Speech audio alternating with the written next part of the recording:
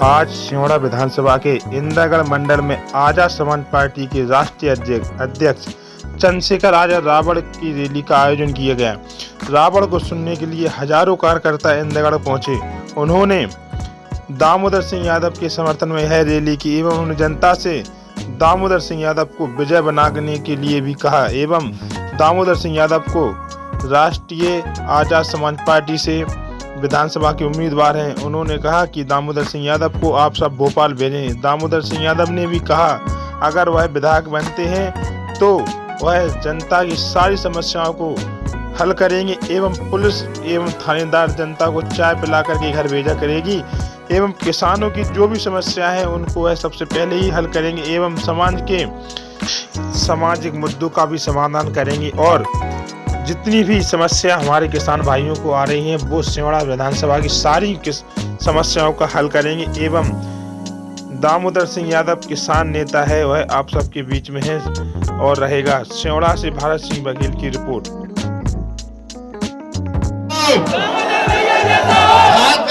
आवाज भी मजबूत हो, बताओ कैसा हो विधायक और चुनाव निशान क्या हो तुम्हारा बताओ, एक कम आवाज है दोबारा बताओ। केतली सारी पार्टी देख ली।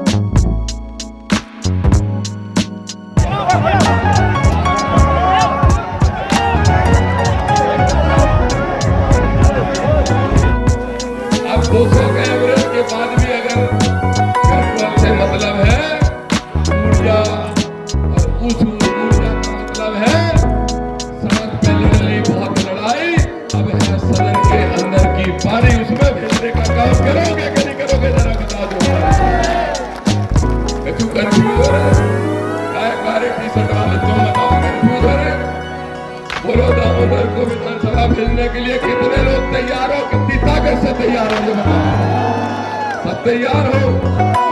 अब देखो भाई, बीजेपी तो झूठ बोलती है कि डबल इंजन की सरकार, बीजेपी क्या कहती है डबल इंजन की सरकार, लेकिन आपका बेटा, किसान का बेटा, मिशन का साथी पूरी ईमानदारी से कह रहा है कि अब डबल इंजन में मिशन चलेगा इस मध्य प्रदेश के अंदर। सुनो, अरे बात हो गया। तो मैंने भोपाल में पूछा क्या प्रसाद जी, उमेश साहू जी सुन लो, डॉक्टर साहब सारे साथी सुन लो, मैंने भोपाल में पूछा उन 6 के 6 अधिकारियों से, मैंने कहा कि आपका क्या ख्याल है चंद्रशेखर भाई के बारे में। उनमें से 6 के 6 ने कहा कि जो निराशा हमारे मन में आ रही थी कि कांसीराम साहब का मिशन कमजोर न पड़ जाए, ये नौजवान लीडर को देख के लगता है कि इस देश में कोई दूसरा कांसीराम भी पैदा हो गया है। और आज मैं गर्व से कह रहा हूं, यहाँ नारा लगता था भैया भाटी साहब, यहाँ नारा लगाते हमारे लोग, बाबा क्या बाबा साहब का मिशन अधूरा, और कांसीराम साहब का नहीं, कांसीराम साहब का सपना अधूरा, बाबा साहब का मिशन नहीं अधूरा, ऐसे ही कुछ। और आपका बेटा दामोदर यादव करेगा पूरा, नहीं, दामोदर पूरा तुम्हारे बीच में करेगा। दामोदर वो पूरा इस अंचल में कर सकता है, मध्य प्रदेश में कर सकता है, लेकिन अगर अम्बेडकर का कोई झंडा संसद में लहरा के अम्बेडकरवादियों को, हमारे पिछड़े वर्ग के भाइयों को, हमारे एससी वर्ग के साथ साथ एसटी वर्ग के भाइयों को कोई सम्मान दिला सकता है, उनका हक अधिकार दिला सकता है, तो मेरे भाई चंद्रशेखर आजाद दिला सकते हैं, कोई दूसरा नहीं दिला सकता इस देश के अंदर। इसलिए वोटों का कंफ्यूजन मत बर्बाद करना। अगर 5000 वोट बर्बाद कर दोगे, ध्यान रख लो, 5000 भी वोट बर्बाद कर दोगे तो फिर सीट गड़बड़ हो जाएगी, तो नहीं करोगे कोई। देखो नौजवानों, तुम्हें घर जाना है, डुकरा डुकैया मताई बाप सबको समझाना है कि उगता सूरज कौन है, जोर से बोलो, उगता सूरज कौन है। तो बस इस मिशन को आगे बढ़ाने के लिए हम सब साथी एक होकर काम करेंगे और 17 तारीख को वोट डालेंगे। और सुनो, कितने लोग चुनाव चिन्ह भूल गया मैं, सुनो, अरे बता रहा हूं चुनाव चिन्ह क्या है, बताओ कितने लोगों को पता है। अब ये केटली घर घर पहुंचा देना माता बहनों तक। और केटली, अभी कल कोई गांव में डुकरा हमसे बुजुर्ग मजाक में कह रहे थे, भाई साहब केटली चिन्ह क्यों लिया है, तो हमने कहा क्योंकि मोदी बहुत चाय बेच रहा था तो उसकी केटली छुड़ा लिया। ठीक है क्या नहीं? तो इसलिए मेरे भाइयों, अब मैं अपनी बात समाप्त कर रहा हूं। अब भाई को बोलना है और आखिरी में ये हाथ उठा के ये बता दो, क्या हमें भाई की एक सभा और चाहिए होगी? चाहिए? लो साहब, सबके आवेदन लग गए, भाटी साहब सबके आवेदन लग गए, हमने नहीं लगाना पड़ा, सभी ने लगा दिया। चाहिए? अच्छा है, 14 तारीख प्रचार तो बंद हो जाएगा। चलो हम समय ले लेंगे, कौन सी तारीख खाली है, तारीखें खाली थोड़ी होती। मेरे भाई की सभाएं जगह जगह लगी है, राजस्थान में, मध्य प्रदेश में, जाने कौन कौन से राज्यों में, लेकिन तारीख लेंगे भी, सभा कराएंगे भी। और जैसे कहोगे पैदल कहोगे तो पैदल, और हेलीकॉप्टर से कहोगे तो हेलीकॉप्टर से, जैसे कहोगे वैसे आने का काम करो। अच्छा, हेलीकॉप्टर हमारे पास नहीं है, ये कह रहे थे सब लोग अभी पिछली हमारी 6 अक्टूबर की सभा में, बोलो कितने पैसा चाहिए, खाता खोल दो, सब 500 डाल रहे हैं, बयान हो जाएंगे करते, कह रहे थे कि नहीं, बोलो दे दोगे कि नहीं दोगे? दामोदर को पैसे की कमी पड़ेगी तो दोगे कि नहीं दोगे? बस सब कुछ हो गया। तो बस आप सबसे विनती प्रार्थना, है सिंह को है सिंह कौन है? घनश्याम सिंह का नाम है सिंह है। अच्छा, किसने रखा, किसने? अच्छा ठीक है। सेठ जी कौन है? सेठ जी कौन है? अब एक ही लाइन बताओ, एक राजा। अच्छा, एक आखिरी बात भाई, 1,92,000 वोट है हमारी विधानसभा में और 1,80,000 वोट है भाई कसाना जी किसानों का। किसान भाई, गरीब भाई, मजदूर भाई कितने? 192 में से 180, 192 में से कितने? अब बताओ दादा, क्या घनश्याम सिंह किसान है? क्या प्रदीप अग्रवाल किसान है? क्या दामोदर यादव किसान है? तो कौन को मैंने चाहिए विधायक? चंद्रशेखर आजाद जी का हाथ मजबूत कर दो। यकीन मानो, जो मिशन कांसीराम साहब ने इतनी ताकत से खड़ा किया, ना उसको बिखरने देंगे, ना उसको टूटने देंगे। और जय भीम का झंडा भोपाल की विधानसभा पर लहराने का काम करेंगे। जय भीम, जय भारत। जाके समाज को तैयार करते रहेंगे। मेरे लोगों, अपनी वोट का सौदा मत करो, वोट को बेचो मत। लेकिन वो बोलते बोलते चले गए, मेरे लोगों हमारा राज स्थापित नहीं हुआ, आपने बात नहीं मानी। फिर मान्यवर काशीराम साहब क्लास 1 के अधिकारी, एक बार बाबा साहब के अम्बेडकर के मिशन के बारे में पता लगा, नौकरी छोड़ दी। आज हमारे लोग नौकरियों के पीछे भागते हैं, कहते हैं नौकरी पहले मिशन बाद में। मान्यवर काशीराम साहब ने क्लास 1 की नौकरी छोड़ दी, साइंटिस्ट थे, और कहा मैं समाज को पैरों पे खड़ा करूंगा।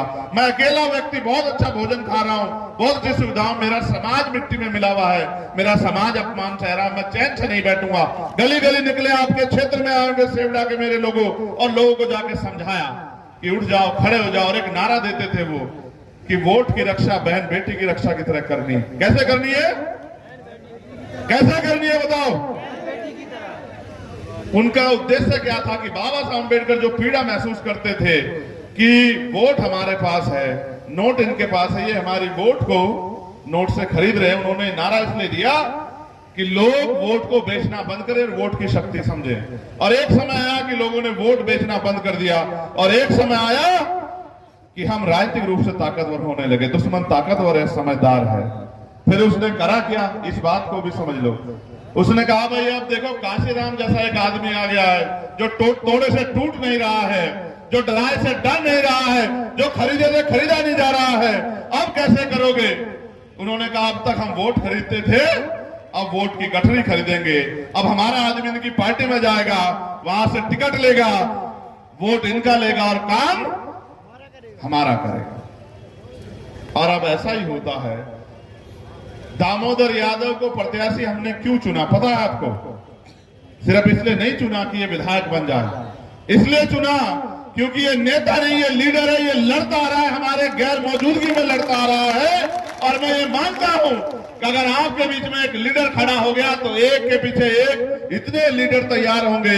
ये मध्य प्रदेश है, यहाँ 90% आबादी दलित, पिछड़े, आदिवासी और माइनॉरिटी के लोगों की है। आपने जातिगत जनगणना बिहार की देखी, बिहार की जातिगत जनगणना कहते हैं कि 90% आबादी दलित, पिछड़े, आदिवासियों और मुसलमानों की है। और फिर अभी आर्थिक आंकड़े जारी नहीं होंगे, आर्थिक आंकड़े जारी होंगे, आपको जानकारी होगी कि 90% लोग 10% पैसे से अपने बच्चों का पेट किस तरह पाल रहे हैं, आपको पता लगेगा।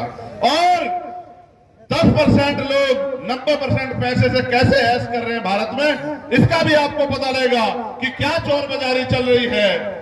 अमीर का कुत्ता भी एसी में सोता है, अमीर का कुत्ता भी 4 पहियों की गाड़ी में घूमता है। और किसान को बंद कर देते हैं 10,000 रुपए में, 1-1 लाख करोड़ रुपए लेकर इनके पूंजीपति मित्र मोदी जी के भाग गए। किसी ने सवाल नहीं पूछा, आप 10,000 रुपए का बिल रोक लो, आपकी बिजली काट देंगे और आप पे मुकदमा करके आपको जेल भेज देंगे। ये हालत है आते। मैं आपको कहना चाहता हूं और आप चेक करा लो, केंद्र सरकार और स्टेट की सरकार का जो गोदाम में अनाज सड़ रहा है, गरीब के पेट तक नहीं पहुंचाना, गरीब भूख से मर जाए लेकिन वो अनाज सड़ जाएगा, उससे कोई फर्क नहीं पड़ता। अंत सरकार का उद्देश्य ये है कि ये अपने पैरों पर खड़ा ना हो और इनका पेट ना भरे, इसलिए व्यवस्था बना के आपको लूटने, खसोटने और खरीदने का काम किया जा रहा। मैं आपको ये कहना चाहता, बहुत हो गया, बहुत जुल्म आपने सह लिए। 12 फरवरी को हम लोग भोपाल में आए थे और बड़ी संख्या में आप लोग भी पहुंचे होंगे, और हमने अपनी इस सरकार को जो है अपना ज्ञापन दिया कि ये हमारी मांगे सरकार ने हमें छोड़ दिया, हमारी खबर नहीं ली। मैंने जब पता किया दामोदर यादव के बारे में कि आप देखो नेता पता करता है पैसा कितना है, कंपनी है, फैक्ट्री है, नहीं, मैंने जब पता किया तो मैंने पता किया कि जब 2 अप्रैल में दलित समाज के लोग अपने अधिकारों के लिए सड़कों पर आंदोलन कर रहे थे तो दामोदर यादव उनके बीच में खड़ा था, दामोदर यादव उनका नेतृत्व कर रहा था, और भारतीय जनता पार्टी के लोग उस पर मुकदमा लिखवाने के लिए घूम रहे थे। ये तो ताकतवर है, मुकदमे तो 16-17 झेल रहा है, कोर्ट झेल लेता। लेकिन आप ये सोचो कि आपके बुरे समय में आपके साथ कौन था। हमारे कुछ साथियों को निराशा भी लगी होगी जो लड़ना चाहते थे, उनको ये भी लगा कि आप उनसे पूछे, कुछ फैसले राजनीति में बड़े कठोर लिए जाते हैं। और फिर मैं कह रहा हूं अपने नेता उसकी नीति पे भरोसा रखो। मैंने किसी झंडा सेठ के बेटे को आगे बढ़ाने के लिए यहां नहीं खड़ा किया, आपके बीच के व्यक्ति को जो लड़ रहा है मेरे जैसा है। मैं भी 20 साल से झंडा उठा के घूम रहा हूं और ना सीबीआई रोक पाई, ना ईडी, ना इनकम टैक्स, ना जेल। 16 महीने जेल में रहा। मेरे लोग अपने दिल पे हाथ रख के पूछना, मैं खून हूं आपका। 16 महीने जेल में रहा, एक रात मैंने ऐसे काटी, मेरी दवाई बंद कर दी, मेरी मुलाकात बंद कर दी, मेरी किताबें बंद कर दी, मेरा खाना बंद कर दिया, सूखी रोटी मेरे आगे पटक दी। और मैंने याद किया अपने महापुरुषों किस तरह से हमारे लोगों ने जीवन बिताया। मैं डटा रहा लेकिन हिम्मत नहीं हारी। एक रात मैंने सोच के काटी, अगर मुझे मौका मिलेगा तो ऐसा इतिहास लिखेंगे जिसको सदियों सदियों पढ़ा जाएगा, ऐसा इतिहास लिखेंगे। और मेरा अपराध ये है मेरे लोगों कि मैंने रानी के पेट से जन्म नहीं लिया। मैंने किसी मुख्यमंत्री, किसी मिनिस्टर, किसी विधायक एमपी के घर में पैदा नहीं हुआ, एक प्राइमरी स्कूल के हेडमास्टर का बेटा हूं, आपके जैसे घर से आता हूं, मगर मेरी मां रानी से कम नहीं है। जिसने मुझे पैदा किया वो रानी से कम नहीं है। मेरी ये जो माए बैठी है, बहनें, रानियों से कम नहीं है। ये मेरा अपराध है, इसलिए मैं ताकतवर लोगों की नजरों में चुभ गया। उनको लगता अगर ये गरीब का बेटा खड़ा होगा। आप मुझे अपने जिम्मेदारी से बताओ, अगर चंद्रशेखर आजाद ताकतवर होगा तो क्या आप ताकतवर होंगे नहीं होंगे? बताओ। अभी तो शुरुआत हुई है। आज मैं यहाँ सभा करने आया हूँ, यहाँ एक और बड़ी सभा होगी दूसरी पार्टियों की, और उनका एक सूत्रीय कार्यक्रम होगा कि चंद्रशेखर आजाद ताकतवर नहीं होना चाहिए, चाहे बीजेपी जीत जाए चाहे कांग्रेस जीत जाए। मैं आपसे पूछना चाहता हूँ, यहाँ कांग्रेस भी थी, यहाँ बीजेपी भी थी, आपका भला हुआ क्या? आप बताओ। मैं तो यहाँ वोट मांगने नहीं आया, मगर ये बताओ, कभी आपके ऊपर आंख उठी, मैंने पीछे पलट के देखने दिया आपको? आज अगर आप मुझसे प्यार करते तो मैंने कुछ दिया थोड़ा ही आपको, बस आपके लिए मेहनत करके प्यार कमाया। और जब मैं इनकी सीबीआई इनकम टैक्स से नहीं रुका तो इन्होंने मेरे ऊपर गोली चलवा दी। मैं 4-4 गोली खा के बैठा हूं, लेकिन मैं तीसरे दिन गया था भरतपुर ये बताने के लिए कि शेर का बच्चा हूं, हटूंगा नहीं पीछे। इस बात को याद रखना। डॉक्टर बाबा साहब अम्बेडकर का सिपाही हूं, हौसला नहीं दिखाने दूंगा। और याद रखना, अगर एक चंद्रशेखर आजाद जाएगा तो लाखों चंद्रशेखर आजाद तैयार हो गए थे, इसमें तुम रोक नहीं पाओगे। और फिर कहता हूं, डॉक्टर बाबा साहब अम्बेडकर ने कहा कि 21वीं सदी हमारी है, कोई रोक नहीं सकता। 21वीं सदी में दलितों का, पिछड़ों का, आदिवासियों का और अल्पसंख्यक समाज में मुसलमान, जैन, सिख, बौद्ध, कमजोर वर्गों का राज आने के लिए बाबा साहब अम्बेडकर ने तो रानी का पेट बहुत दिन पहले चीर दिया था, आजाद होने से पहले, और कहा कि रानी के पेट से अब राजा नहीं पैदा होगा, राजा आपके वोट से तैयार है। ये कौन राजा?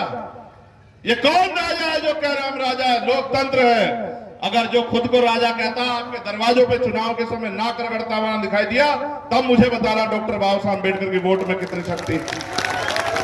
राजा भी आएगा, महाराजा भी आएगा, सेठ जी भी आएंगे, भट्ट जी भी आएंगे, और आपके दरवाजों पे नाक रगड़ेंगे और ये कहेंगे, मेरी माँ, मेरी बहनों, मेरे बच्चों, मेरे बुजुर्गों, कुछ पैसे ले लो, शराब ले लो, साधन ले लो।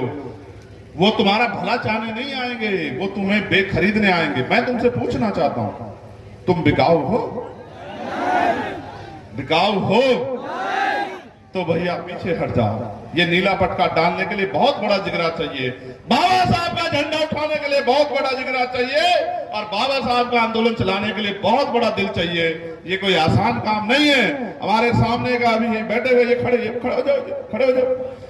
और जब वो गाना बजे तो ऐसे मुंह से तान तान के नाच रहे, तो हमारी भी मूछें ऊंची हो गई जब हमने इनको नाचते देखा। ये नीला झंडा ये बाबा साहब अम्बेडकर ने हमें दिया, और हमने बहुत प्रयास किया मेरे लोगों कि जो पुराना दल है और हम एक हो जाएं, लेकिन हमारी गलती इतनी ऐसी है, एक तो हम गरीब परिवार से आते हैं, दूसरी हमारी स्पीड ज्यादा है, समझ रहे हो? यही हमारे लिए अगर होते थोड़े बेवकूफ टाइप, थोड़े लालची, पैसा कमाने वाले, विधायक बनने वाले, तो सब रख लेते। सबको पता है, देखो जिसके पास समस्या है उसको कोई बुरा नहीं कह रहा, उसका कोई विरोध नहीं कर रहा है। जिसके पास सलूशन है उसका विरोध कर रहा है, और हमारे पास सलूशन है। एक बार मौका दे के देखो, आपने सबको दे दिया बेहतर शिक्षा, हर गरीब के लिए, हर परिवार के लिए सुलभ शिक्षा। अगर डॉक्टर, इंजीनियर, IAS, IPS बनना चाहता तुम्हारा बच्चा, तुम्हें जमीन नहीं बेचनी पड़ेगी, किसी के हाथ नहीं फैलाना पड़ेगा, कोई कर्ज नहीं लेना पड़ेगा। ये जबान दे के जाऊंगा यहां से आपको। अगर बहन बेटी की शादी करनी हो तो किसी की तरफ उम्मीद से नहीं देखना पड़ेगा, गिरवी नहीं रखना पड़ेगा आपको। और अगर बढ़िया इलाज है, मैंने तो खोया अपने पिता को, मेरी जेब में पैसे होते, मैं भी धंधा सेठ का बेटा होता तो बचा लेता अपने पिता को। जिस दिन आप पे पड़ेगी होगी, आपको याद आएगी कि आपका पिता बीमार होगा, आपका भाई बीमार होगा, माँ, बच्ची बीमार होगी, बहन, और आपके जेब में पैसे नहीं होंगे तो मेरी स्थिति में आ जाओगे, आपको याद आएगा। मैंने अपने पिता को खो दिया, मैंने उसी दिन तय कर लिया था किसी गरीब को आंसू नहीं बहाने दूंगा।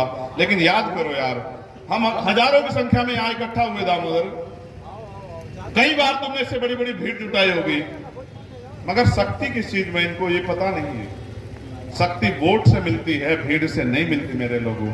अगर आपने एक एक वोट दामोदर भाई के पक्ष में डाल दी तो फिर आप शक्ति विहीन नहीं रहोगे, फिर आप शक्तिशाली हो जाओगे। वरना मेरी सभाओं में आते रहो, खूब नारा लगाते रहो। मैं रास्ते में रुका, गुर्जर समाज के बहुत सारे लोग थे, जय भीम जय मीर बोल के नारे लगा रहे थे, माला घेरे थे। मैंने उनको भी समझाया कि माला मेरे गले में कितनी डाल दो, कुछ नहीं होगा, बहुत नारे लगा लो, कुछ नहीं होगा जब तक आप गली में निकल के, गांव में निकल के, और जो रूठे नाराज लोग हैं उनको तैयार करके आप एक एक वोट आजाद समाज पार्टी के समर्थन में और केतली निशान पे 17 तारीख को नहीं डालोगे तो चंद्रशेखर आजाद को गोलियां खानी पड़ेंगी। क्योंकि जब तक मेरे पास ताकत नहीं होगी तब तक मैं गोलियां ही तो खाऊंगा। लेकिन सोचो, अगर हमारे पास ताकत होगी तो कोई आप पे गोली चला देगा क्या? आप बताओ। मेरा छोड़ो, चलो छोड़ो, मरना है चंद्रशेखर आजाद को। जब वो इस मिशन में निकला है, बहुत सारे हमसे पहले चले गए। आप मुझे बताओ, आपका भविष्य क्या है इस देश में? जब संविधान नहीं होगा, जब लोकतंत्र नहीं होगा, जब वोट का अधिकार नहीं बचेगा, आपको कौन कुर्सी देगा? कमजोर किसानों के बच्चों, बताओ आपको कौन बैठना देगा? आपको कौन दफ्तरों में घुसना देगा? आज पैसे वाले लोग 1 महीने में आपके दोस्त बनेंगे। उनसे पूछो 4 साल 11 महीने कहां थे जब चंद्रशेखर आजाद की चमड़ी उतारी जा रही थी आपकी लड़ाई लड़ने के नाम पे? तब वो कहां थे? आज वो आपको रिश्तेदार बनने का प्रयास करेंगे, आपको याद दिलाएंगे, कुछ नहीं दिलाएंगे। वो आपके 1 महीने के मित्र हैं। आप ये बताओ, 1 महीने वालों के साथ हो या परमानेंट वाले के साथ हो? आप बताओ मुझे। फिर मैं दूसरी बार आपकी सभा में तभी आऊंगा जब आपकी बार मैं आऊं तो यहां से वहां जिधर मैं देखूं उधर समुद्र जैसा माहौल मुझे दिखना चाहिए, जैसा आपने भोपाल में मुझे दिखाया था। बताओ, दिखाओगे नहीं दिखाओगे? देखो, लोकतंत्र है, जिनका वोट है उनका राज होना चाहिए, बस इतनी सी बात। वोट किसके पास है? हमारे पास। राज किसका होना चाहिए? अभी किसका है? दुश्मन से उम्मीद करते हो कि किसानों को अच्छी फसल के दाम देगा? दुश्मन से उम्मीद करते हो तुम्हें न्यूनतम वेतन देगा? दुश्मन से ये उम्मीद जरूर करो कि अगर तुम मेहनत मजदूरी करके वेतन मांगने जाओगे तो तुम्हारी खाल खींच के घुस भर देगा। दुश्मन से ये उम्मीद तो करो, मगर दुश्मन से ये उम्मीद मत करो कि वो आपका पेट भरेगा। अगर अपना पेट भरना, अपने समाज को पैरों पर खड़ा करना है, और अगर आपको यहाँ ताकतवर बनना है मेरे लोगों, जो आपने 5 साल ना धूप देखी, ना दिन देखा, ना रात देखी, ना आंधी देखी, ना तूफान देखा, मैं जानता नहीं हूं छोटे छोटे साधनों पर किस तरह से हमारे लोगों ने लड़ाई लड़ी है।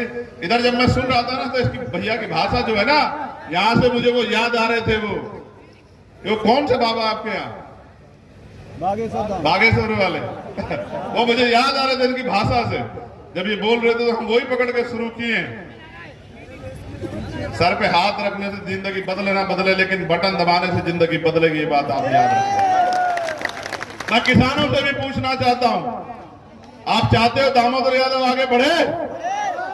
देखो मेरी बात सुनो, जातियों को तोड़ के नहीं, जातियों को जोड़ के जीत सकते हैं।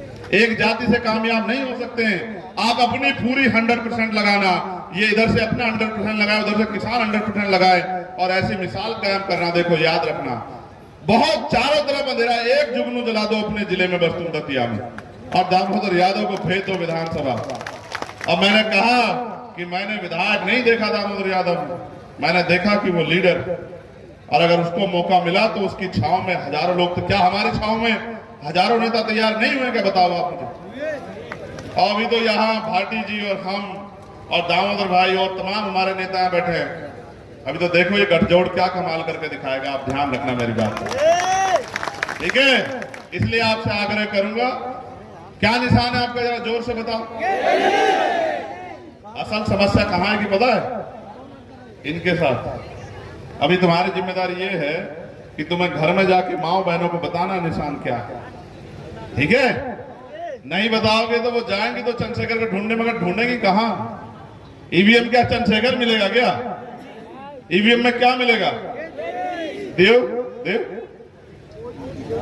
सुनो, ये दामोदर भाई बताए ना कि केतली निशान क्यों रखा, हम बताएं। एक चाय वाले ने पूरा देश बेच दिया है, हमने उसकी चाय की दुकान बंद करनी है, ठीक है? जो देश सलामत रहे, समझ रहे हो नहीं समझ रहे हो? देश नहीं बिकने देना, ये देश हमारे महापुरुषों के बलिदान पर टिका। और सुनो, ये केतली कुछ जैसा नहीं लगता, चिराग जैसा, अलादीन का चिराग बचपन में देखे हो तुम सब लोग, लगता है नहीं लगता है? तुम इसको दबा देना जोर से, और इसमें इसको जब तुम दबा दोगे तो कौन निकलेगा तुम्हें पता है? अभी निकल जाए रविंद्र भाटी तो चिंता मत मानना, और निकल जाए दामोदर यादव तो भी चिंता मत मानना, और निकल जाए चंद्रशेखर आजाद तो चिंता मत मानना। तुम जिसको भी कह दोगे, और क्या कहता था वो, टीवी में सुना है ना कि क्या हुक्म मेरे। अब अगर अपनी समस्या पूरी करवानी तो फिर और अगर समस्याओं में रहना है तो फिर कुछ भी दबा देना। अब ये बताओ, ये वोट का अधिकार बिकने के लिए मिला है या गुलामी की बेड़ियां काटने के लिए? तो इस बार काटोगे नहीं काटोगे बताओ। मैं अपने नौजवान भाइयों से कहना चाहता हूं, रोजगार मिल रहा है क्या? जेब में पैसे है क्या? सुनो इधर देखो, देखो क्या दिखाएं पता? कुछ दिखाएं इसमें खास है, चमड़े की है, चमड़े की। कारण बताएं क्या है? ये चमड़ा हमारे शरीर पे भी है। अब चमड़ा चाहे सर पे रखने के काम आए या पैर में, अब तुम तय करो। अब हम तुम्हें बता दिए सारी बात। अगर कर दिए गलती तो फिर खाल खींचेगी, दुश्मन खींचेगा। फिर मुझसे मत कहना रोज चिल्ला के कि आज यहाँ हत्या कर दी, आज यहाँ, मुझसे मत कहलवाओ।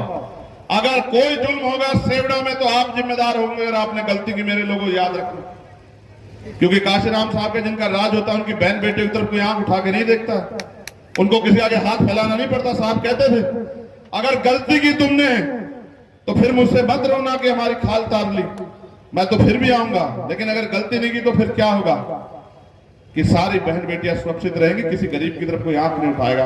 और मैं तो फिर कह रहा हूं, आज फिर कह रहा हूं तुमसे चिल्ला के, ऐसा राज लेके आएंगे कि किसी कमजोर किसान कमेरे की बेटी की तरफ, गरीब की बच्ची की तरफ कोई सामंती आंख उठा के नहीं देखेगा, उसका इलाज कर दिया जाएगा। ये बात याद रखना।